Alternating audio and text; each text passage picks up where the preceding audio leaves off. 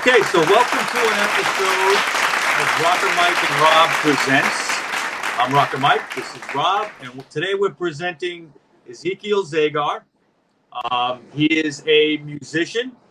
He plays guitar for HR's band. HR was the singer to the Bad Brains, for those who don't know. But Ezekiel has an unbelievable past, an unbelievable upbringing, and he was nice enough to come on today, and we're going to discuss it a little bit. So you ready, Ezekiel? How are you today? I'm feeling good, man, and I'm ready. And okay, great. Now, you grew up in the South Philly area, right? Yeah, I grew up right on South Street in Philadelphia. South Street. Wow. Born and raised, 1968. You were born in 1968, you said? Yes, and born and raised right here on South Street, Philadelphia. Right. Now, your father is Isaiah Zagar, who's a very well-known, famous artist in the Philadelphia area. He's known for his mosaics in South Philly. That's right. I mean, I see you got that stuff right behind you there. I can see some of his work. That's it. That's right. This work, I could tell you a little story about this work. This building here, I bought it in 1995. Okay. I bought it, I was about 30 years old at the time, and I was doing well. I was living in New York, but I bought it for a particular reason, because my father was being arrested. Why he was being arrested was because he was doing his work on public property in Philadelphia. Oh. So my mother called me and told me that he had 2 misdemeanors, and if he got another misdemeanor, he would get a felony, and then he would probably be looking at jail time. But if we could afford to buy this property here, he would work on it. And it would take, a couple years to finish, and it would keep him off the streets and working on public property. It would keep him from doing illegal stuff. Right, because you guys would own the property. Right, exactly. Wow. And so I bought the property, and he did it up, and he did it inside and out, and that's why you see, even in the inside, there's work. I'm probably blurring. Yeah. In the movie, the 2009 movie In a Dream, a documentary about your family, your father. It is a wild documentary. I've watched it twice already. It's got to be one of the most personal, and I don't even think that's the right word, but documentary I've ever seen. I mean, what goes on in that, you get very deep into personal things in the family. And it's eye-opening. It really is. And I'm kind of surprised. What did you say? It's what? Eye-opening. You said it's eye-opening. Yes. Yes. It really took a lot of guts for your father to open up like that, and you and everybody in your family to open up like that in the movie. Yeah, I think that he is. He and me are one of the same. I'm like his piece. I'm a piece of his art, right? Because I'm his son, right? And I'm his first.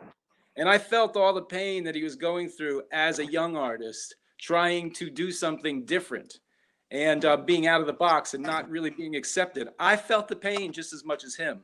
I would often tell him, to not bother with arguing with these people because he was so passionate about what he was doing.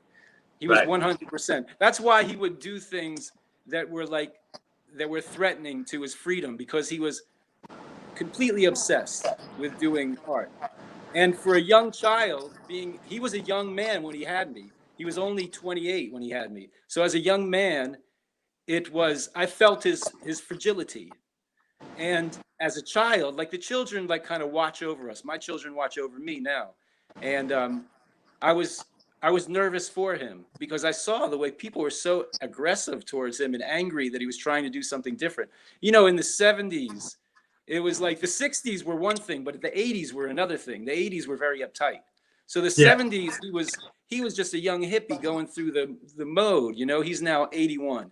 So he was in the 60s and 70s, he was like 28, 27.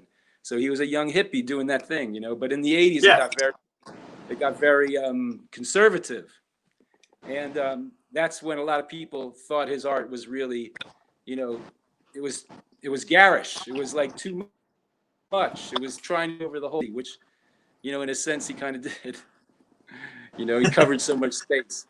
you know. And now people appreciate it now. But the point is that you know, now in the movie was very the movie was very kind of like it was my brother who filmed it, so we were open to my brother. It wasn't like someone we didn't know, you know. So he's filming and he's family, so we just were naked about it, you know. We were just free, you know, and what came off, and it was good because it was my father wanted to help my brother out in his movie career, you know, his directing of movies. So he felt like I better give it to him honestly, you know, because you know the truth. The truth is, if it's not honest, people aren't going to feel it.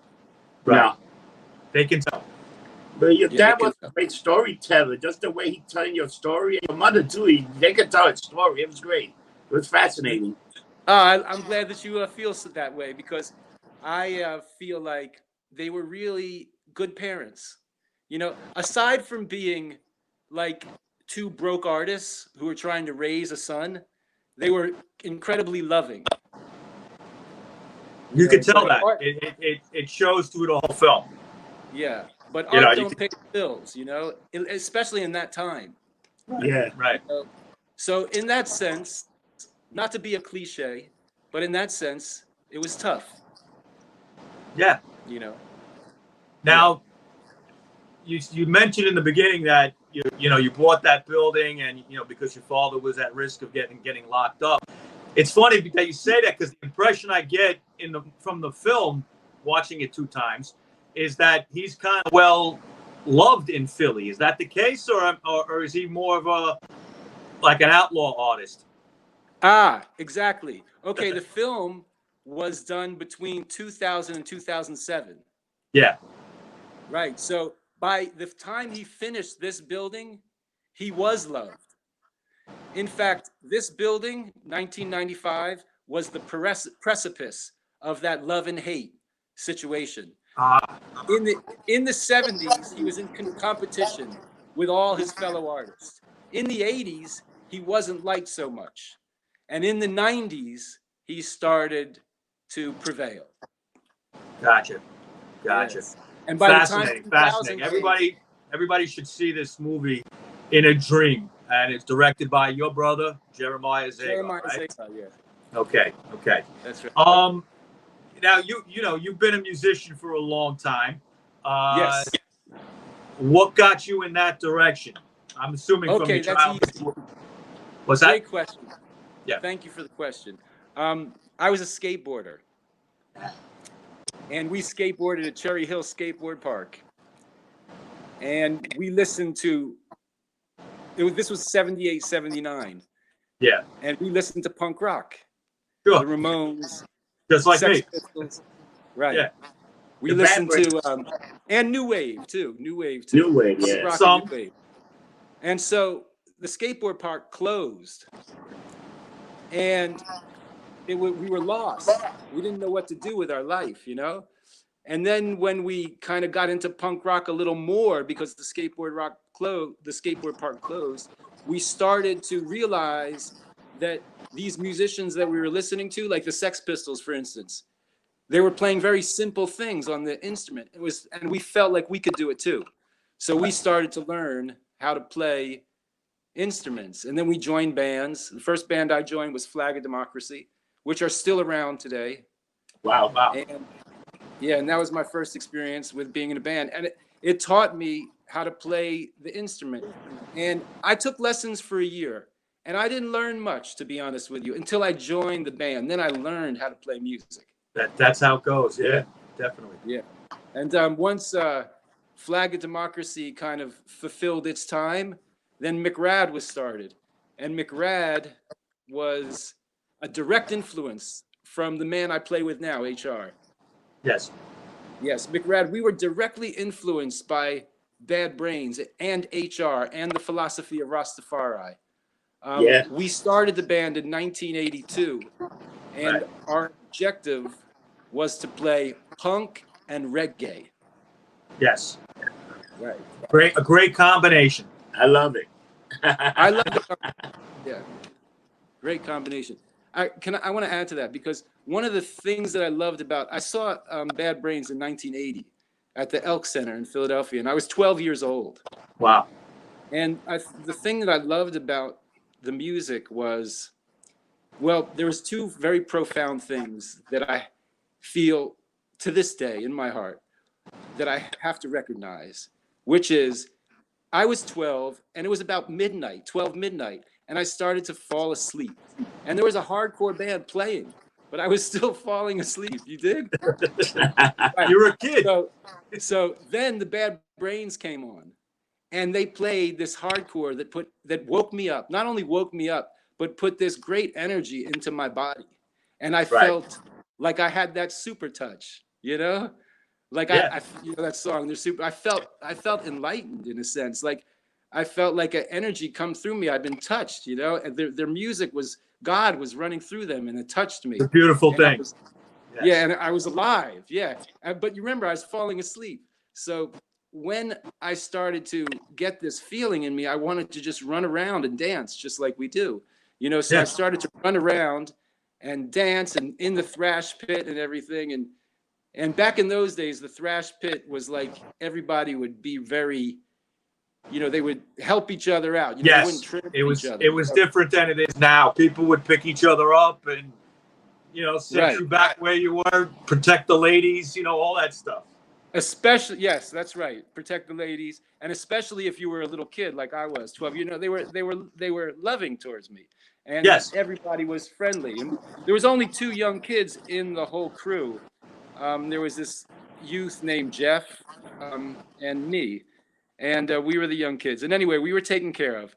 But when I was dancing around, I felt a lot of this, you know, powerful energy in me. And then all of a sudden, they started to play reggae, and I had never even heard really reggae before. I had heard Bob Marley actually, and I had heard Peter Tosh, but I didn't get the full connection. You know, after like running around, thrashing, and then all of a sudden being relaxed with this calm spiritual music, that was it. It was it. I was touched, and that was it. I said, I knew my path. I was going to be a Rasta man. I can relate, brother. I can relate. Okay, I've been there too. Okay, you have me a couple of years on the Bad Brains. I didn't see them till about 85, 86. But definitely, I first time I saw the Bad Brains, it was like a religious experience also. Right. Well, they carried the spirit. They continue to carry the spirit. Yes. And so 86 was still at a time when it was happening.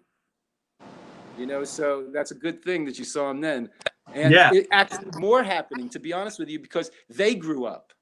86 is when they grew up. In 1980, they were just transitioning from the punk rock to the Rasta. Right. And then by the time that you saw them, it was well matured. Right. I mean, I knew who they were. I knew what they were about. And just by seeing them, even though I expected something, it was above and beyond what I expected.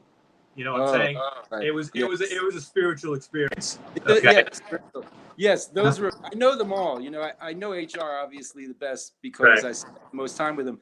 But I got to know Daryl living in Woodstock, and I got to know Dr. No also living in Woodstock, and very kind people, very heartfelt people. I never got to know the drummer Paul too well, but it was four people that came together, and a magic happened, you know, and they touched a lot of people, and it's a beautiful thing because it really is the foundation. I mean, people often who don't know about our scene, right?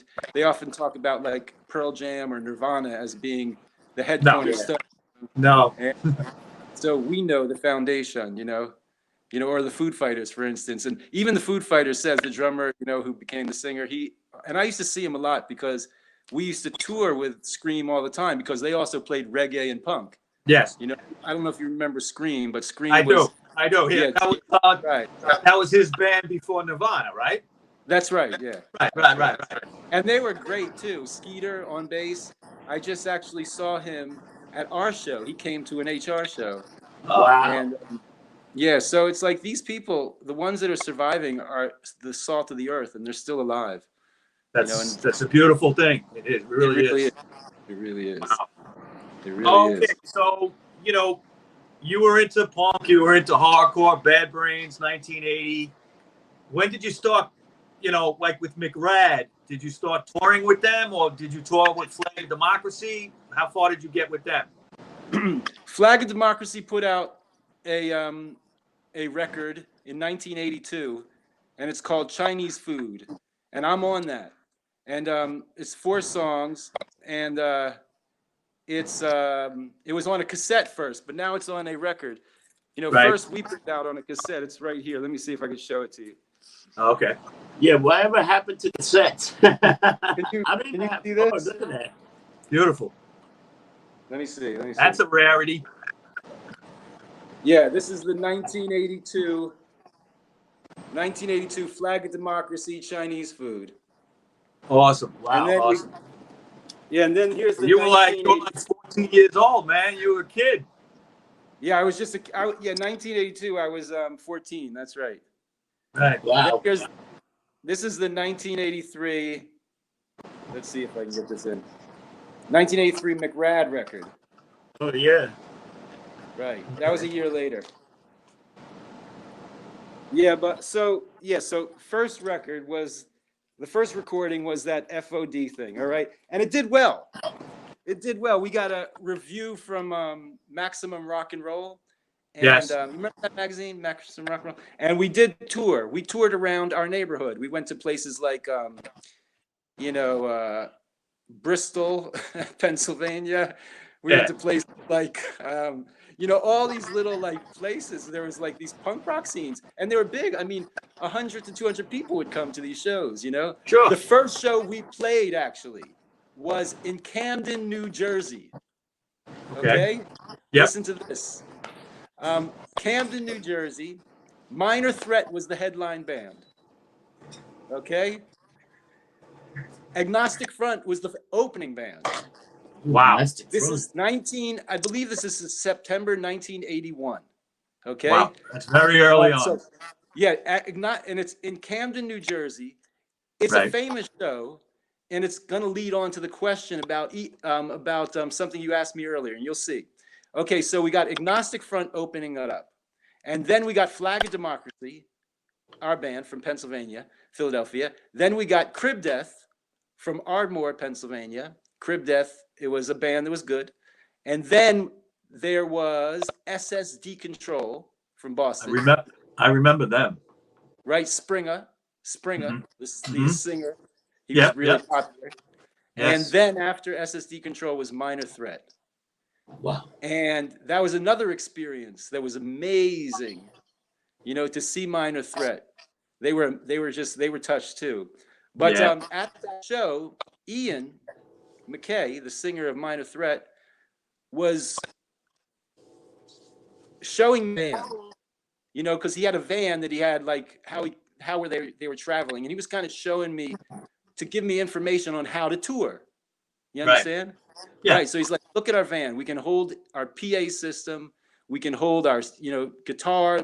We have our little beds, right in the van, and we drive, and we just go from wherever, from DC to Virginia to Philadelphia. And so he's showing me this, and we walk out into the street, and we hear a car screeching, like how they turn the gas on real quick and it screeches, and it's screeching, and then it hits Ian. Tries to kill him, and he jumps he flips over the car, and wow. he's like the only person who saw that was this little kid, and he's talking about me, and I did see it. It was a brown car, and the car tried to run him over, and he tried to run me over. I just happened to not be in the vicinity, and I was like, he walked around the driver's side, and I walked around the side not of the driver. And it was on the driver's side that the car was on. It was on the right-hand side of the street. The club was on the right-hand side of the street. So he's coming out of the driver's seat. I'm coming out of the passenger seat. The car tries to hit him when he's walking around. And I see the whole thing. And then the police come, and then they try to get the guy. And then the ambulance comes. It takes Ian away. Okay? Ian comes back, plays the show. Okay? And then the Wow. thing was that this other band called Seeds of Terror. Seeds of Terror were a kind of infamous band from New Jersey. They were like a skate punk band. Right. And they didn't know that Ian got in a car accident and everything. And so back in those days, Ian was straight edge, right? Yeah. That was Okay, the whole thing with Minor Threat. so he was drinking a coffee, right? Because he was getting ready to go on stage after he got hit by a car. You know, he's trying to, you know, get a little my excited. God. And so the guy from Seeds of Terror comes up, and I say, hey, what's up with all this straight edge? You know, you say straight edge and you're drinking a coffee, right? So Ian gets on the mic and says, look, don't give me a hard time. I just got hit by a fucking car. And he shows his head. He shows his head. He's got cuts on his head, man.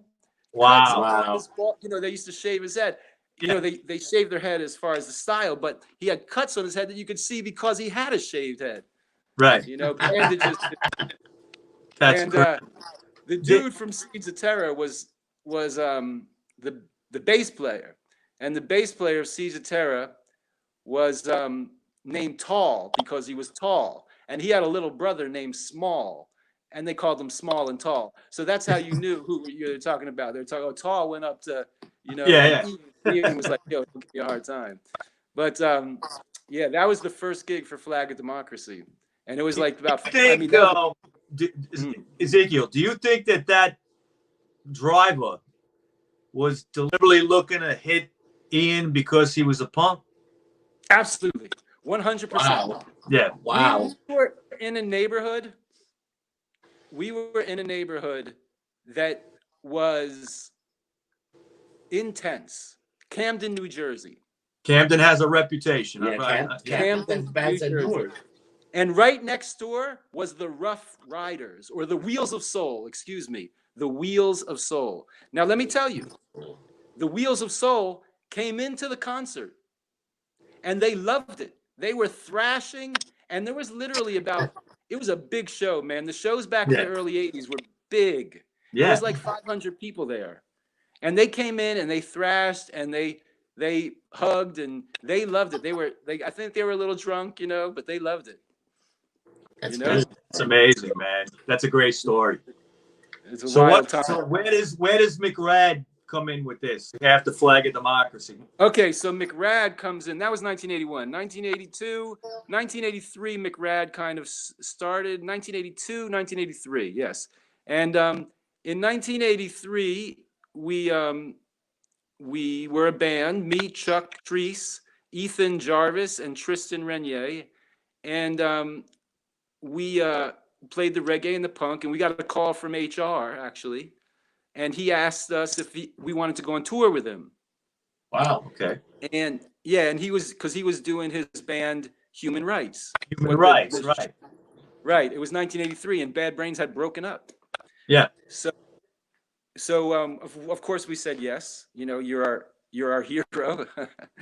You know, and we did the tour, and the tour was like a little East Coast tour. You know, like I think it was Maryland to DC. I know he played. I know he played CBGB's on that trip. Were you there for that? It was New York to Maryland. You know, like it was like Maryland was the last show, and New York's was the first show, and Philadelphia was in between. Right. Wow. Right. The show in New York was CB's, though, right? You know, it was so long ago, I can't remember where the show was in New York, but the reason I remember that is I think there's some live HR stuff out there from CB's that year. So you know, it's quite as Human Rights. So I think it's quite possible. My mind even blanks out where we played in Philadelphia the first night. We played twice in Philadelphia, and we played twice in Boston. I mean, not in Boston, in DC. And in DC, we played at the Wilson Center. And I remember that specifically, but the other places, I mean, literally it was like 35 years ago. Yeah, 36 years ago. No, there's a CD of HRs I have of the Human Rights stuff. It's some of it's studio, some of it's live, and I'm pretty sure the live stuff is CBGB's. Oh, yeah? It could be. 84, 85. Well, this was 83, I believe. 83, 84, maybe 84. Yeah, I something think it was like 80. It could have been 84 too. But Yeah. the the thing is that it was so unbelievable seeing what I remember so clearly was it was not only bass, drums, and guitar now. HR had a band. There was two guitar players. He had David Byers and David. He had another David. It was David Michael, I believe. But two guitar players. He had a bass player, drummer, a keyboard player. He had girl singers and horns. He had a full band. Yeah, it's a band. Yeah. That's a band, man. Yeah, he had he had the Whalers special. He had a full band. And he was dancing around that stage. He was flying around that stage. He wasn't dancing. I mean, everybody remembers that he can do a flip, but I mean, he was trying to prove that he can do it by himself. You know what I'm saying? With his solo band. Yeah. And he was putting every effort. And even my singer, who was at that time, McRad was doing well, and people really liked this kid Tristan, who was singing in the band. As he was a good reggae singer. He was from Holland. He really had the flow. But when even him was like watching HR was like, we all had our mouths dropped. We couldn't believe it because HR would be flying around the stage, and we weren't sure if he was touching the floor too much. It was just awe-inspiring. It was. I remember seeing him. Gotta tell you quick, like a few years after that, probably about 1990. Okay. Yes. In Connecticut, in Woodbury. All right. They used to put on a show every summer there. There'd be reggae bands every summer, and this was right after, I think, the Charge album came out. Great record. Around that time. One of my all-time favorites. And, he put on such a great show. Everybody, I remember people just, like you say, mouths open, just looking like, oh my God, he's, and this was when he really, the Bad Brains were pretty much done at that point. He would go back later, but at that point, it seemed like the Bad Brains were done. Yes. And he was just doing this, solid, hardcore reggae. I mean, it was like, he was singing great, and he just looked strong and all that. And people were like, well, he's not doing Bad Brains stuff. And I'm like, it doesn't matter. It's not the Bad Brains. It's not the Bad Brains. You're not here to see the Bad Brains. You're here to see That's right. HR, So those early shows with HR were really something. And that's amazing you were part of that. How long was that tour, that quick tour with the Northeast? It was, I believe it was a weekend. I mean, I believe it was like Friday, Saturday, Sunday, and Monday. No, it was Thursday, Friday, Saturday, and Sunday. Okay, so it was a show every night in a different place. Every night in a different place. Thursday, Friday, Saturday, yes, and Sunday. We did a matinee on Sunday. Wow. You know what's amazing? Like, DC has some nice venues back in the days. I don't know how many nice venues, but DC was a place that if you can see the show in New York City, you go down to DC and catch it. Well, the Bad Brains were banned in DC. Yeah, because of that great DC church. was the place to be for sure. And the Bad Brains were banned in DC. Apparently, that's why they moved to New York. In fact, when I joined the Human Rights Band in 2015, I guess 16 it was 15 or 16. The recent HR was living in the same building as me, and so I would ask him all those stories about all the there were so many rumors that would go around, and not just rumors, but there was like just stories, just great stories. Some were true, some weren't. So during this period for like 3 or 4 years, I would ask him about what was what, and it was let me just say that he's always very honest, and nice to hear his side of things, I believe that he told me one time that he loves reggae music, and Ross Michael was like a fatherly figure, a priest figure to him. Big influence, right? Wow. Yeah, big influence, and he baptized HR to be a Rasta priest. Wow. I didn't know that. Yeah, it's some things that, that's just stuff that HR, he's not going to talk about. That's stuff that he has to just live, Yeah. But he oh,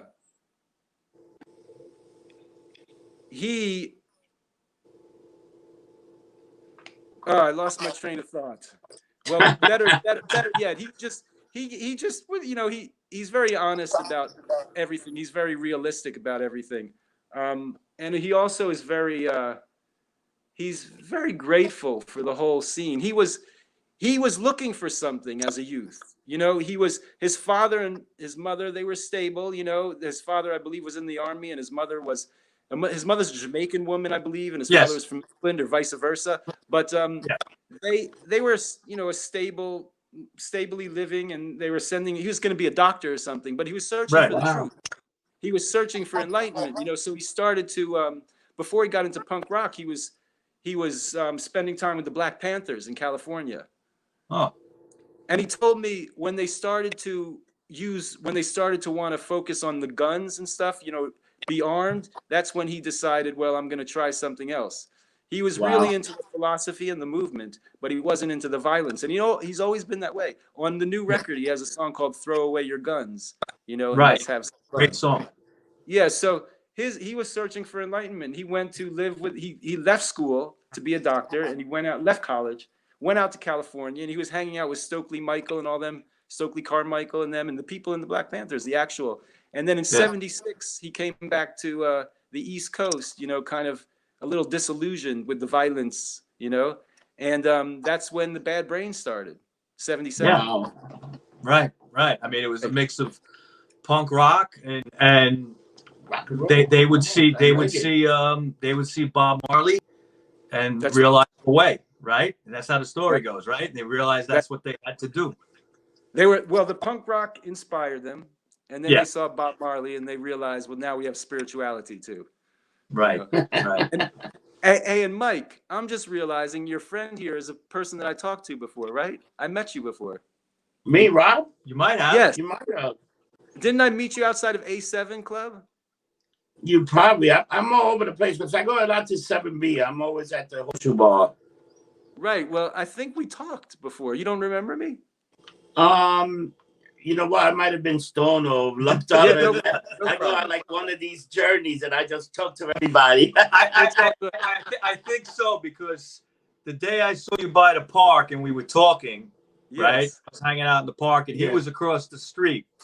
And I went over and I told him about our conversation. And before I even told him who you were, he said, "Oh, that's the guy from HR, right?" And so you know.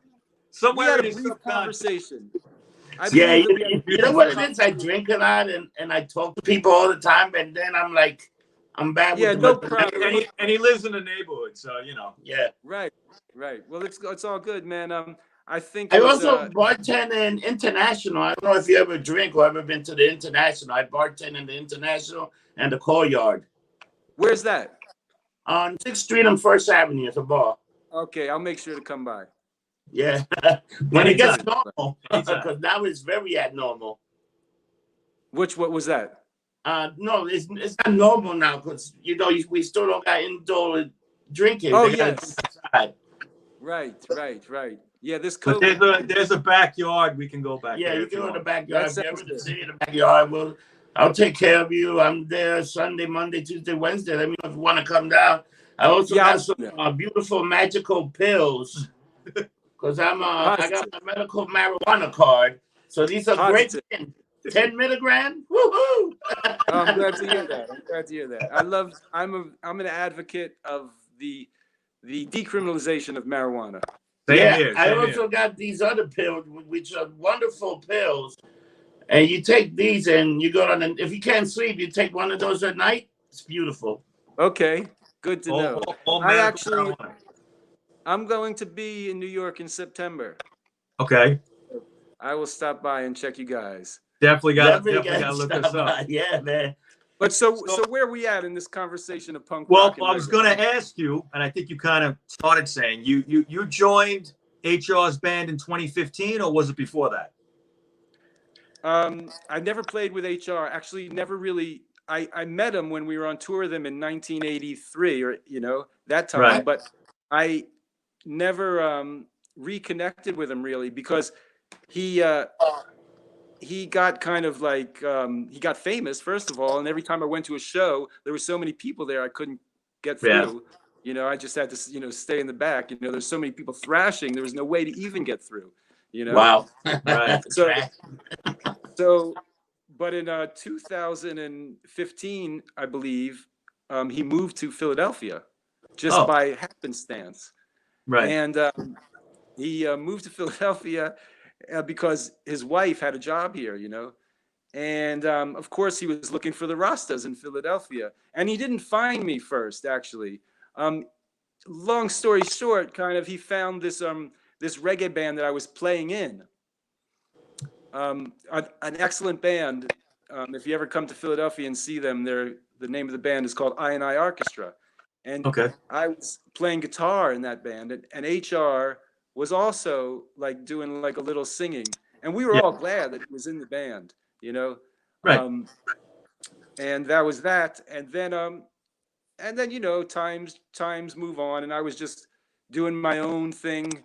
I kind of stepped out of the band for a little while, and he had contacted me, and he wanted to really focus now. He didn't want to just sing a few songs. Wow. On the side. He wanted to really, put a band together and play his songs, all his songs. He wanted to learn, like, we learned 40 of his songs, just to give you an idea.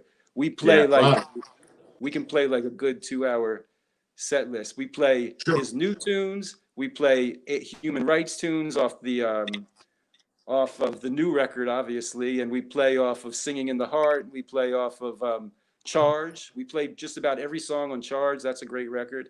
Yeah, you do almost every song. Yeah. Yeah. So that's what happened. He kind of like, when I was just free, not doing anything, he called me up and said he wanted to focus, and he wanted to do a record.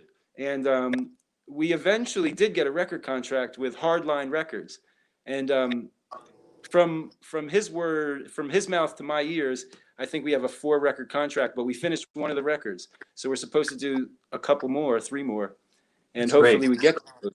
But this record right here, Give Thanks, I love it. We went back to he wanted to go back to the old school. He didn't want any electronic instruments, and I couldn't agree more. No, I agree. It is a very old school sounding record. I was listening to it recently. Very simply, simple but effective, and very very spiritual. Yes, it's always better. Yeah, right. we wanted to do it that way: bass, drums, guitar, and lead guitar, and vocals, and just give it to the people clear. He wants to get a horn section, eventually, and he wants for some of the songs, and maybe some Fender Rhodes keyboards, or some the Wurlitzer or the Hammond B3, stuff like that, but no digital sounding, frilly stuff, and just keep it simple. And it I got to tell you, the movie Finding Joseph I about HR, okay, I forget who said it. I think it's the what was his name, Joseph Israel, right? The second, the second singer for the Bad Brains. Right. He says in that something very profound. I found it profound. He said that HR is a shaman. Yes. A shaman. And I believe he is. Because I've seen him so many times live. He channels something when he's performing. And I'll be honest with you, man, I feel it off you too. Okay? Watching you play guitar. There's moments in the shows, it's not every song, but there's moments in the shows where you're in that tone, and I know you're channeling something too. Well, I give thanks. Well, so playing with him was like playing with my priest or my teacher, I never really was interested in even playing with so many bands, because I felt like the Most High Spirit, so I didn't want to folly around with like joke stuff, so when he asked me, I couldn't say no. And then when we got together, it was like a priest and disciple, ship. Yeah. Priest, disciple, and first disciple. I was his first disciple. It's like me, him, and like I admit I was a disciple. He saw the priest in me, and that's how I Yeah. could be a disciple to him. I knew he was a priest because people, when he was like, people can be short-sighted sometimes. They wanted everything to be maybe like it was or how they heard it was, and that's not how it is. People continue to grow. So Yeah, you gotta when grow. HR came here, in 2015, and we did the band, he wasn't doing flips and stuff like that. No, he But he was doesn't do that singing. anymore. No, that's and people kind of like acted like, well, he's not doing that, he's not like he was. He's And 60 years old. How's he gonna do that? right. Come on, But be real. Hey, I used to right. do flips when I was 5 years old. Now I weigh like 300 pounds. There's no flipping. But Wow. I said, wait. I said, please wait. Give him some time, because Yeah. you will see what it is that a shaman does. And what a Yeah. shaman does is not about the folly. It's about the spirit. And the Yes. spirit that he brought to our band, because this band that we put together was like a kind of a band that we played together. Some of the musicians played together. I put together musicians for him that had played together before, So, but they didn't play together much. But once HR was in the band, we played together once a week. Like, he was like the spirit that kept it together. As soon Right. as when he comes back, we come together. But when he's not here, we don't play together. You understand? Yes. Right. So Yeah, so he's that's almost like the glue. He puts everybody together. He's the glue. He's the glue. He's the And glue. he's so unselfish. He's the star. It's obvious. But he was always trying to get me to put out anything that I wanted to do. He was like, sing a song, let me hear your song. He's not a person who wants the spotlight, but that's the truth. It's the Yes, same that's with all part of the truth. That's all part of the truth, right? It's the same. I was about to say with Isaiah, he wants to see other artists do well. He had that fight to bust through, out of the box. And same with HR. And he wants to see young people, go through that and be able to do that, because it's hard to bust through. It's hard to find your liberation. And when a shaman or a priest finds his liberation, he wants to share it. Yes. Yeah. And I gotta say too, Ezekiel, you're very blessed, because you've been in your life around two great artists, if not more, but two, your father and HR. Okay. And that's gotta be. And don't forget his mother. And your mother's an artist too. Yes, I know that.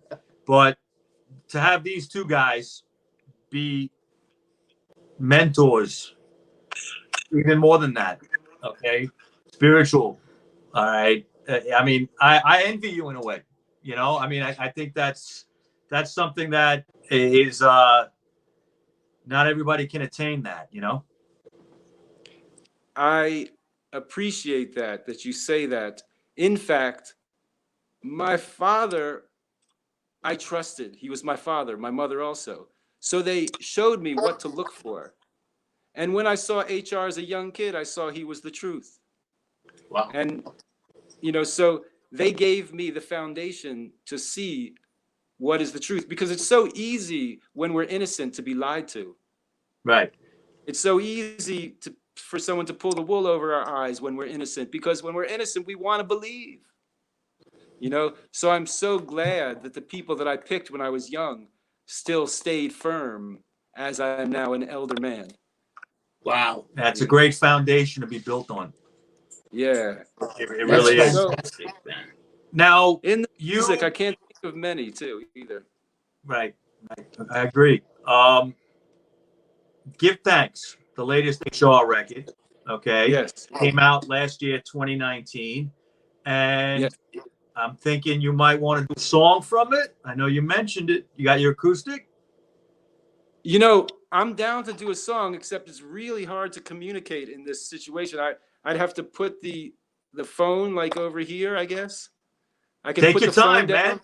No, we've What'd done you this say? before. Take your time. Yeah, take my time. Okay, yeah. Let me Yeah, put the phone in a place where you can see me, and yeah, I'll play a definitely. song for sure. Oh, that's Fantastic, great. That's fantastic. So, Absolutely. Let's see if we can set it up. Come on. Yeah, You've seen it. yeah. I think I definitely ran into him. It might have been a show or something, and it was A7, and I run around the It was neighborhood. yeah, You know that's how where I it was. am. A7. I Yeah. ran into And A7. He but remembers. the problem is I was probably drinking at 7. Hey, what's up, bud? It's like, Yeah, it's you were one like, of those. Like I locked talk, up. You were I locked talk up. to people all We the had a time. conversation. We were But- conversating about my good friend. We were conversating about the band the Cro-Mags, actually. Oh, When we- okay. Oh my God. Yeah. Paris. We're probably talking about Paris. We might have talked about Paris because we've had him on our show. But John Joseph and John Joseph is somebody who I see all the time. Yeah, Oh, well, he yeah. lives in the neighborhood. I Yeah. saw him like 2 weeks ago on First Avenue. He's around. Yeah, that's my homie, and he's Oh, okay. propagating the good. He's propagating the good thing about vegetarianism. Yes, he is. I have his autobiography and I have his cookbook too. Yeah, a little music, a little live music. I love it when this happened. Okay. So I'm gonna play a song that we used to warm up with. Okay. Yeah, come on. I'm a skateboarder, right? And I recently Yep. broke my wrist. Oh. I broke my wrist, but I started to do gigs, you know.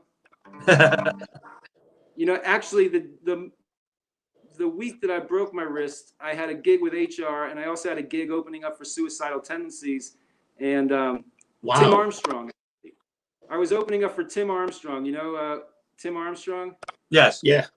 Rancid. I was opening up Rancid. Yeah. Rancid, and I was doing an acoustic, right? And I had broken my wrist like 2 days earlier. And I still did the show, and I was able to hold my wrist in a certain way to still do it. But now I'm in a similar situation. I just on the same arm, I hurt my my shoulder by just reaching too far. I hyperextended it. So, I see.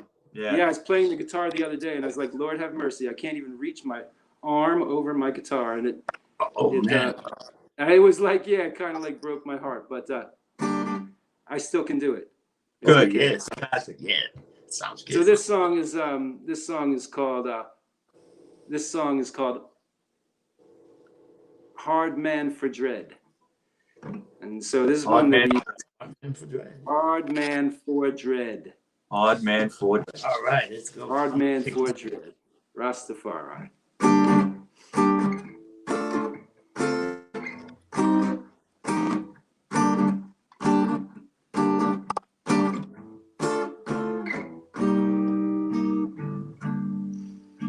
The sun shall not smite I by day, nor the moon by night.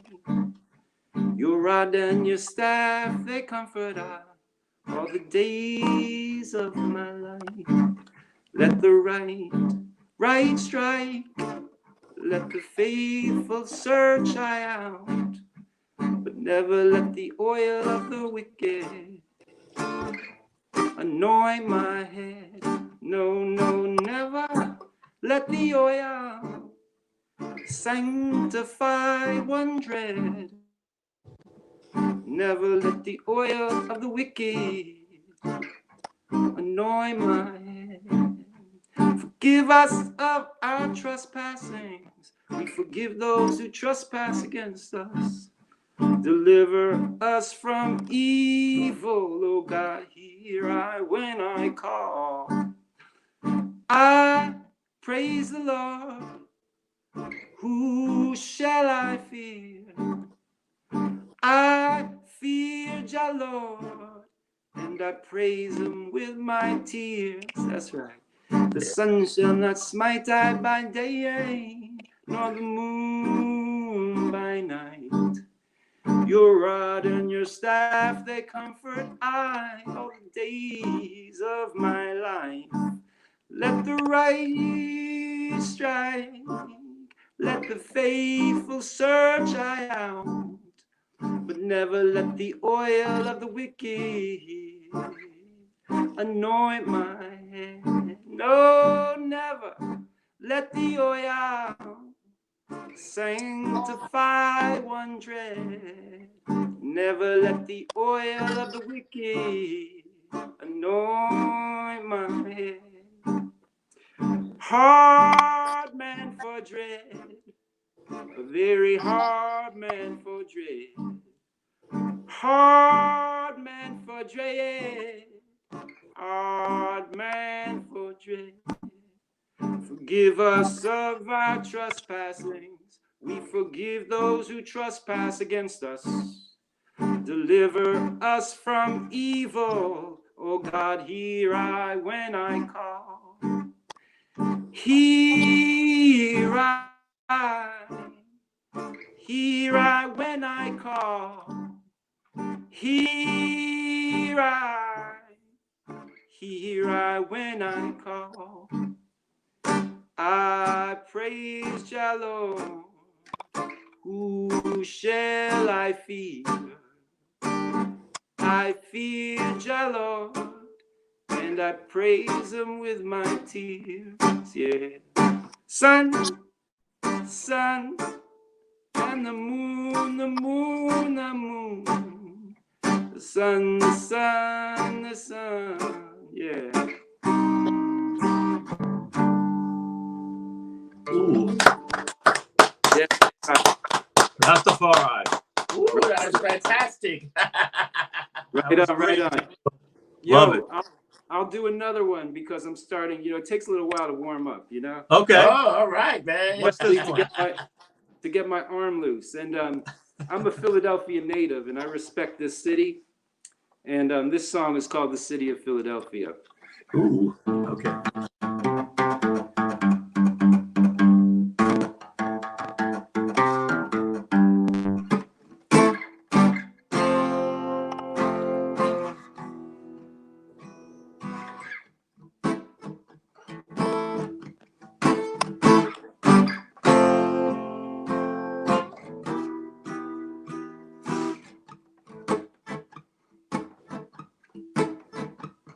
The city of Philadelphia.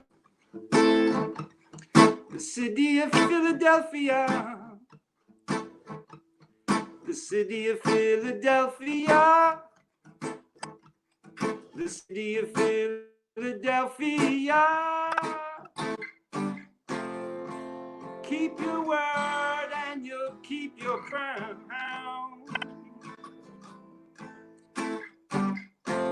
When Jah opens the doors, no one can shut them down. Yeah. Now the children are the angels, but they're listening to violence.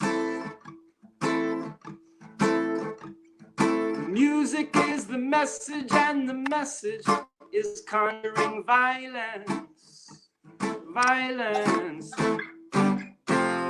You keep your word and you keep your crown. Jah opens the doors, no one shuts them down. The city of Philadelphia, no synagogue of Satan. The city of Philadelphia got the keys to David. The city of Philadelphia, no synagogue of Satan. The city of Philadelphia, you got the keys, you got your crown. Jah opens your doors, no one shuts them down. Now the children are the angels, but they're listening to violence. Violence. The music is the message, and the message in the music is violent, is so violent. Jah don't like that. Jah don't like that. Jah don't like that. Jah don't like that. That's right. The city of Philadelphia's no synagogue of Satan. The city of Philadelphia, you got the keys to David. The city of Philadelphia, no synagogue of Satan. The city of Philadelphia, they gave you the keys and you got your crown. When Jah opens the doors, no one shuts them down. They gave you the keys, you open the door, you got your crown. Yeah, yeah. When Jah opens the doors, no one can shut you down.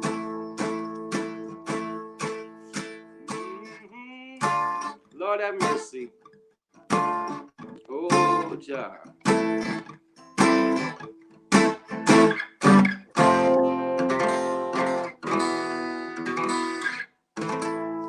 Woo!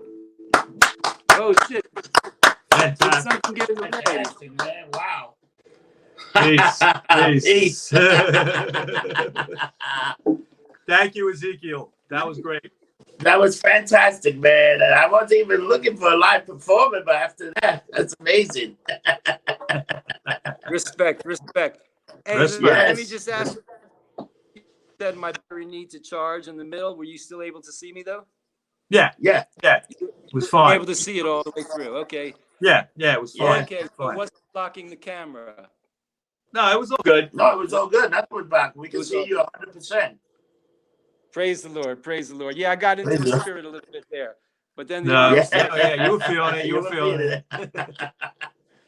All right, so that's good. That's good. What's upcoming now? I mean, I know you can't with the pandemic. It's hard to book shows, but HR had done some stuff, little things on Instagram. Are you guys going to do anything streaming? Anything coming up to play, or are you going to wait it out? We did a we did a live stream, me and him, acoustic. Yes. Did you see that? I did on Instagram. I did see that. Oh, I didn't. Yeah, that was a nice one. And then he just called me yesterday and he said that what he wants to do is when the pandemic is chill, he wants to rehearse and do shows.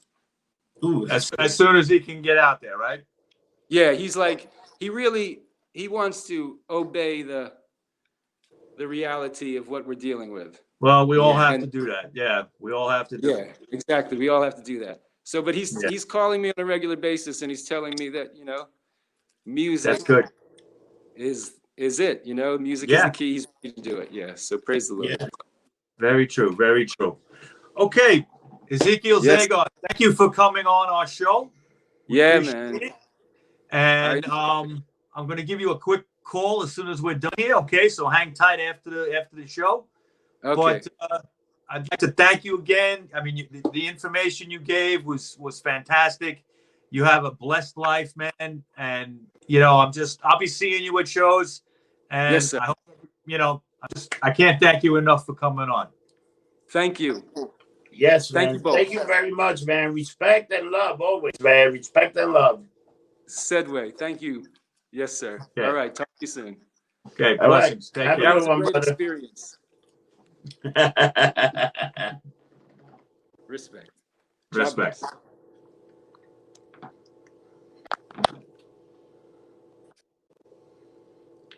Boom. Great show. It was a great show. Great show. So Thank you for hanging in there, people. Thank you for hanging in there. It was a great show, and we'll see you soon. And like always, remember, don't get drunk, get lumped up. See you soon.